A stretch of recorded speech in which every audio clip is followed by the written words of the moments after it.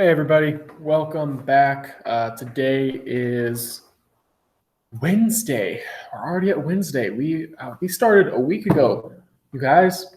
We are a week in on this virtual learning stuff.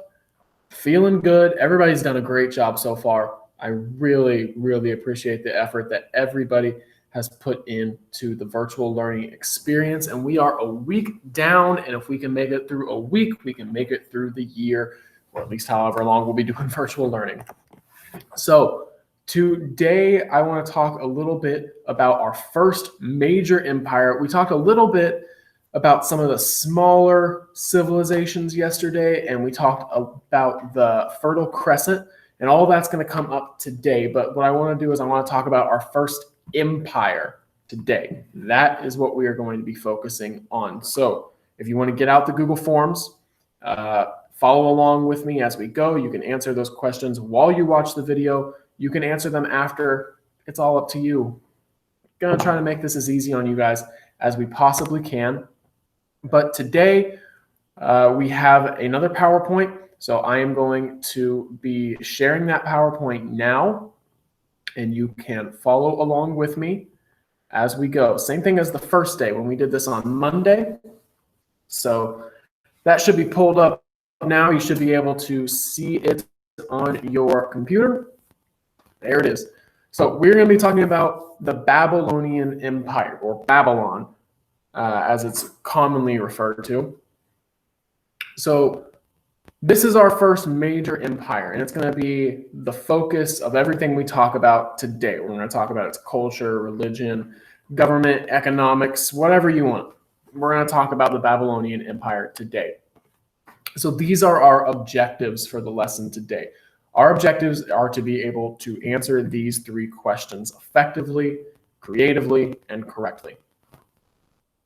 Did I say correctly twice? I'm pretty sure the first thing I said was correctly, and then creatively, and then I went back to correctly.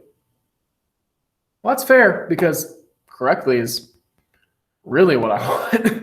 I'm encouraging creativity. I want you guys to be able to answer questions creatively, but correctly is the important thing, I guess, and making sure you know the information backwards, forward, all that. So our objectives for today. How does the Epic of Gilgamesh give insight to Babylon culture? And we're going to talk about that. What were some of Babylon's great technological advancements? And what is the importance of the Hammurabi Code? So we're going to talk about all of that. All of that might be a little bit out there right now. It might seem a little overwhelming. That's fine. We are going to tackle it together. And we're going to go ahead and get started now.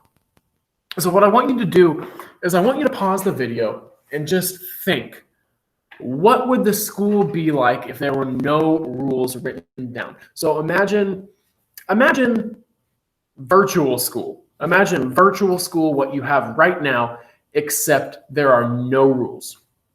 There's no rules whatsoever for what you're allowed to do, when you have to log on, when you have to do your assignments, none of that. There are no rules. When you're done thinking about that, I want to talk about it a little bit. I wish we could have a little bit more of a dialogue. If you want to comment what you were thinking on the post or on the YouTube video itself, or email me, we can have a little bit more of a dialogue, or contact me about meeting during office hours. I would love to have a dialogue about this, but at first glance, you probably thought it was all right. Not having, conform to your own schedule. You don't have to do assignments at a certain time. You can say what you want, do what you want, wake up when you want, all that. Now think about how long you want to be in the 10th grade, because if there's nobody watching over you to make sure you turn your assignments on time and make sure that you're doing your work on schedule, if we don't have certain written rules, then society's going to fall by the wayside. And if we don't have certain schools for virtual school, if we don't have those rules in place, then it's going to be very difficult to stay on track, stay on schedule, and graduate on time. And that's ultimately the goal here. It's for everybody to achieve their highest potential. So we're going to talk about the Babylon Empire. You can say Babylon, Babylon Empire, or Babylonian Empire. They're all correct and they all mean the same thing. So Babylon was formed because Babylon conquered all the Sumerian city-states, which I believe we talked about some of the Sumerian city-states, or at least scraped the surface of what that means yesterday. So Babylon is a large empire. You can see it on the map there, and it was formed by conquering those Sumerian city-states. And what emerged is called the First Mesopotamian Empire. Mesopotamia is referred to as the birthplace of civilization. Mesopotamia itself was located in between the Euphrates and the Tigris River, which made it very, very fertile. We talked a lot about this yesterday, and I don't want to continue talking about something that we've already talked about. I don't want to waste your time, and I wouldn't dare waste mine. So Babylon, when it conquered those Sumerian city-states, formed the first Mesopotamian empire, which was Babylon. And when we talk about an empire, and we're going to talk about a lot of empires straight through the 20th century, what we're referring to is an extensive group of states and people controlled by one leader. Now, that leader can be one person, or it can be one body. It can be 10 people, as long as that is the leader. So it doesn't necessarily mean one person. In this instance, it does. But that's what we mean when we talk about an empire. That is an extensive group of states or people controlled by one leader. That is what we mean when we refer to an empire. So let's talk a little bit about culture. So they're very similar to the Sumerians. Their religion is polytheism. The definition of polytheism is a belief in multiple gods, so 2 or more gods. So a lot of religions believe in one God, one faith, one path, whatever way you want to say it. Polytheism is the belief that there are multiple gods. So you may have heard some stories, Greek mythology, the sun god. There's a sun god, there's an ocean god, there's a wind god, there's a moon god. There's different gods all making up this religion. So Babylon culture was polytheistic because they believed in multiple gods for things that they couldn't quite explain. Remember, science and technology were very limited at the time. So things that they couldn't explain. Why can't I see anymore? Why do I go blind for half the day? Well, the sun's not out anymore, and there's no light, so it's just dark. You can see a little bit, but only when the moon's out. So why is it so dark? Well, the sun god is mad at us, stuff like that.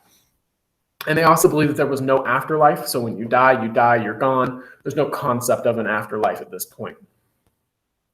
The government was a theocracy, meaning that all the laws and all the rules and all the order was directly linked to their gods. So they did things and they passed laws to please their gods, and they wouldn't dare go against their gods. They wouldn't do things because they wanted to do them, and they certainly wouldn't pass laws that way. The capital of the Babylonian Empire was the city of Babylon. So then we talk about their economy. Their economy was mainly agriculture and trade. I'm going to grow food, or I'm going to hunt food, and then I'm going to trade it for goods to other people in the empire.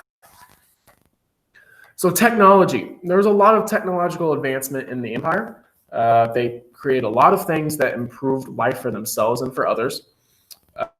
They used trade to build the economy. So not just trading within ourselves, we're going to trade with other people for things that we don't have. And that'll help us be stronger because we have all this stuff, but there's other stuff we want. So why don't we trade some of the stuff that we have, that surplus, like we talked about on Monday, for some things that we don't have, and then we can all share. They were great mathematicians. They created a time scale. They created hours, minutes, and seconds, still used today. They created a calendar, days, weeks, months, still used today. Not the same calendar, but we use one very similar. And they made a lot of advancements in medicine. So circulation system discovered, which is important in surgery and blood-related injuries. The Babylonians changed the way people were living at the time with their technological advancements. That's the easiest way to say it. They changed the way everybody was living and thinking about life with their culture and their technology. And then there's Babylonian stories. So the Epic of Gilgamesh is very important to historians. We talked on Monday about the Neolithic period and prehistoric period. And we called it the prehistoric period because nothing had been written down yet. So the Epic of Gilgamesh is important because it reflects the culture of the Babylonians at the time. It reflects their outlook on life and afterlife. The story is about a king that fails in his search of immortality. He searches for an afterlife and to be alive forever, and he fails because everybody dies. And that's a Babylonian story about a guy who learned that everybody dies, and it's okay, and he came to peace with that. But also, this was one of the first historic documents written down so it could be shared with other people. Before this, stories were just orally interpreted. They were just, we're gonna tell stories, and we're gonna tell stories. I'm gonna tell you, and then you're gonna tell them, and then you're gonna tell them. And when you do that, the story changes so much from the time that it started that it's almost unrecognizable by the time 5 people have told it. If I tell you a story, and then you tell your friend a story, and then your friend tells their friend a story, and their friend tells me that story back, it's probably not going to be the exact same story because different people are going to exaggerate different parts, change different parts. They didn't like this part, so they just leave it out.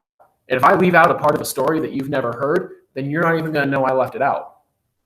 So this was one of the first stories that was written down, historic document that gives us a reflection of their culture and gives us some sort of basis for how they lived their lives and what was important to them. So that's why the Epic of Gilgamesh is so important. And then we have King Hammurabi. You can say Hammurabi or Hammurabi, either is correct. So he created a strong central government in Babylon. And he created a code of laws. There were over 200 laws that he said everybody has to live by this code. And we're going to enforce it. The central government, we're going to be strong, and we're going to have law enforcement, enforce laws, which it was just the military at the time. We're going to have people enforce these laws. And if you break them, there are certain punishments that must go along with them. And tomorrow we are going to dedicate the entire period to talking about some of those laws and how harsh they were. They were very, very harsh laws. And we're going to give a couple of examples of some of the laws and how some of them went a little bit overboard in their punishments. But we're going to talk about all of that tomorrow. But this is the first set of laws that were written down that you could see, that you could understand, and you could know. So our objectives were to answer these 3 questions. How does the Epic of Gilgamesh give insight to Babylonian culture? And we said that it tells religious beliefs and cultural practices because of the immortality and accepting death and knowing that there's no afterlife, all of that stuff. But it's also important to know that the Epic of Gilgamesh was one of the first written documents ever. What were some of Babylon's great technological advancements? We talked about the time scale, the calendar, medicines, that kind of stuff. And what is the importance of Hammurabi's Code? It was the first written laws, and it helps us understand their society. What was important to them? What values did they have? What did they think needed to be written down as law so nobody ever was able to do it and get away with it? And what things did they not even think of? What things did they say, we need to make sure everybody knows this, and it's not important if everybody knows this? And it's fascinating stuff, and we are going to talk about all of that tomorrow, and I can't wait to dive into the Hammurabi Code with you guys. But for right now, that is it. That is all I have for you today. So there is a Google form posted on the Google Classroom page, and after you finish watching this video, or while you watch the video, like I said, you can fill out the Google form for today to get today's points. Once you submit it, you are done for the day. Make sure you check back tomorrow at 8:30.